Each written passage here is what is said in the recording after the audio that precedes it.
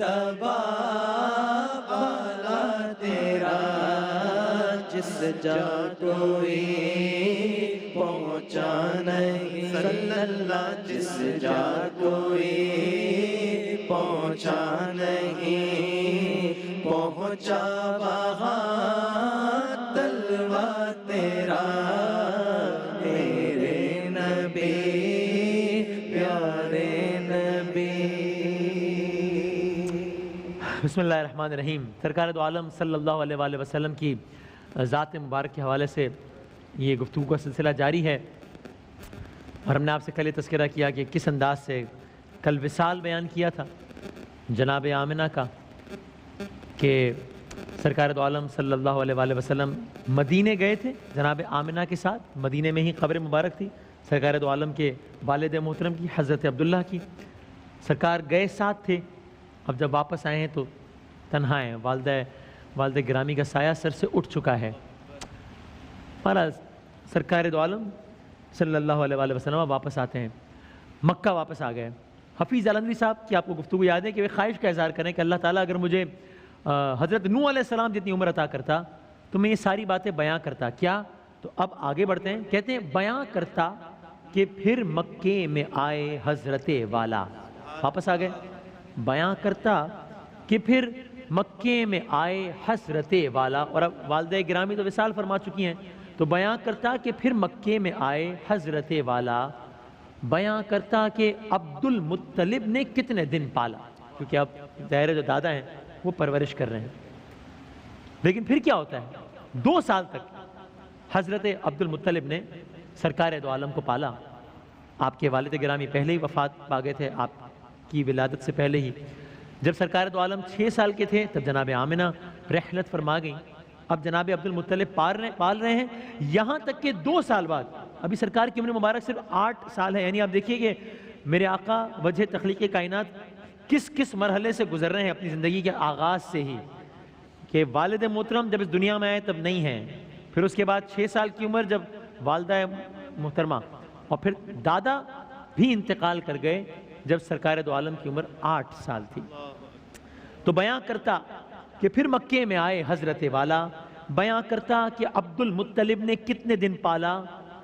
وہ عبد المطلب کا سایہ شفقت بھی اٹھ جانا، اب عبد المطلب ہی نہیں رہے، وہ عبد المطلب کا سایہ شفقت بھی اٹھ جانا۔ اب کیا ہے، اب سرکار اپنے سگے چچا کے گھر پرورش پا رہے ہیں، وہ عبد المطلب کا سایہ شفقت بھی اٹھ جانا، وہ اس نور حقیقی کا ابو طالب کے گھر آنا۔ اب ابو طالب کے گھر آئے ہیں، چچا کا پرورش کرنا، ابو طالب پرورش کر رہے ہیں، چچا کا پرورش کرنا، بھتیجے کا بڑا ہونا، وہ کرنا کام کاج اور اپنے پیروں پر کھڑا ہونا، وہ سن 10 سال کا، دن بکریوں کی گلہ بانی کے، لڑکپن سادگی کا، پیش خیمے نوجوانی کے، سرکار کی نوجوانی پر ہمارے جوانیاں قربان، سبحان اللہ، وہ سن 10 سال کا، دن بکریوں کی گلہ بانی کے، لڑکپن سادگی کا، پیش خیمے نوجوانی کے۔ اور اب کیا ہوتا ہے، بات آگے بڑھتی ہے، چچا کے ساتھ، حضرت ابو طالب کے ساتھ زندگی کا پہلا سفر تجارت، شام کا سفر، چچا کے ساتھ عرض شام کا لمبا سفر کرنا، یہودی اور مسیحی راہبوں کے دل میں گھر کرنا۔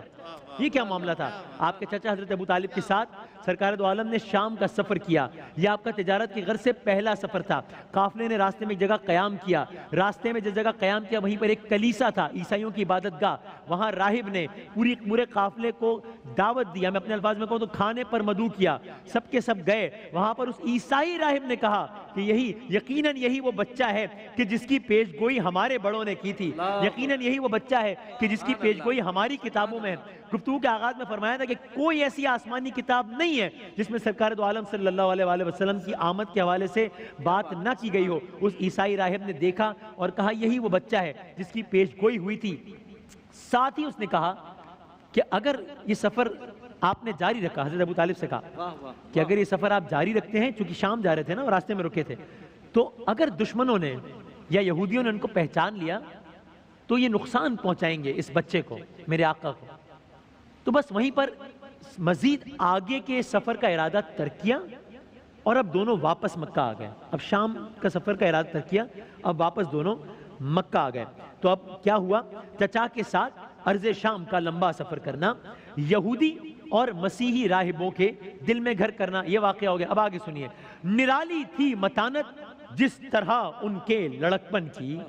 نرالی تھی جوانی بھی جوان پاک دامن کی، نرالی تھی جوانی بھی جوان پاک دامن کی، شرافت ہو جہاں حسن ازل کا دائمی گہنا،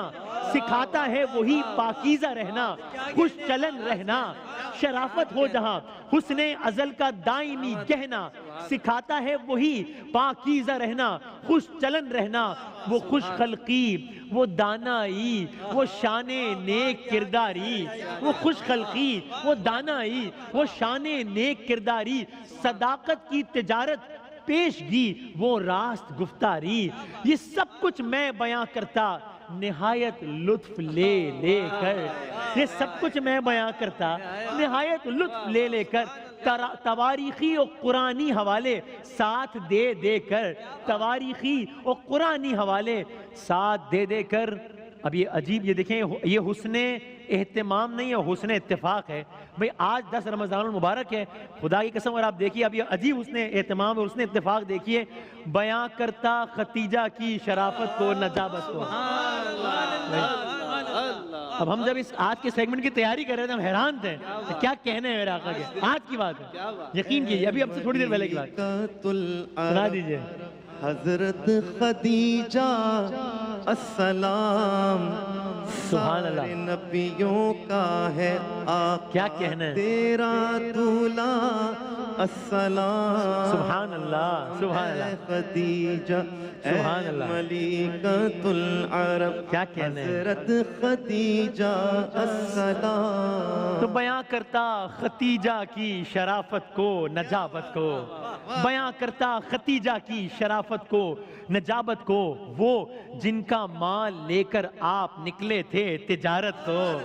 وہ جن کا مال لے کر آپ نکلے تھے تجارت کو، بیاں کرتا کہ آیا کس طرح پیغام شادی کا، سبق دیتا جہان شوق کو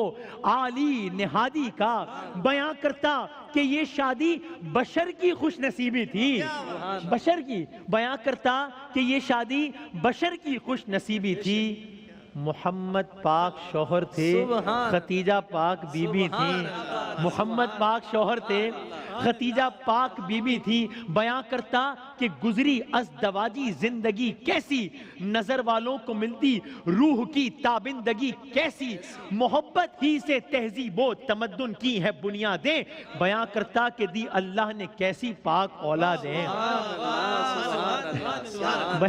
بیاں کرتا کہ دی اللہ نے، بیاں کرتا محبت ہی سے تہذیب و تمدن کی ہے بنیادیں، بیاں کرتا کہ دی اللہ نے، میں پھر پیش کرتا ہوں بس آخری دو اشعار، بیاں کرتا کہ گزری ازدواجی زندگی کیسی، نظر والوں کو ملتی روح کی تابندگی کیسی، محبت ہی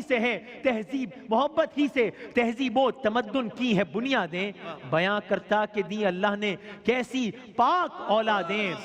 بیاں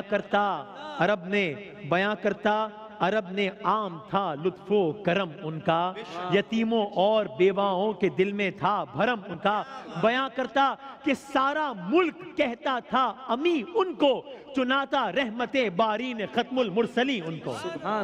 بیاں کرتا کہ سارا ملک کہتا تھا امی ان کو، چنا تھا رحمت باری نے ختم المرسلین، ختم المرسلین کی ذات مبارک کے گفتگو کا سلسلہ جاری رہے گا انشاءاللہ، کل ایک بار پھر حاضر ہوں گے آپ کی خدمت میں۔ ماہ رمضان یوں آ گیا،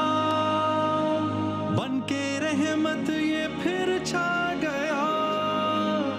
کیسے تجھ سے کروں سامنا،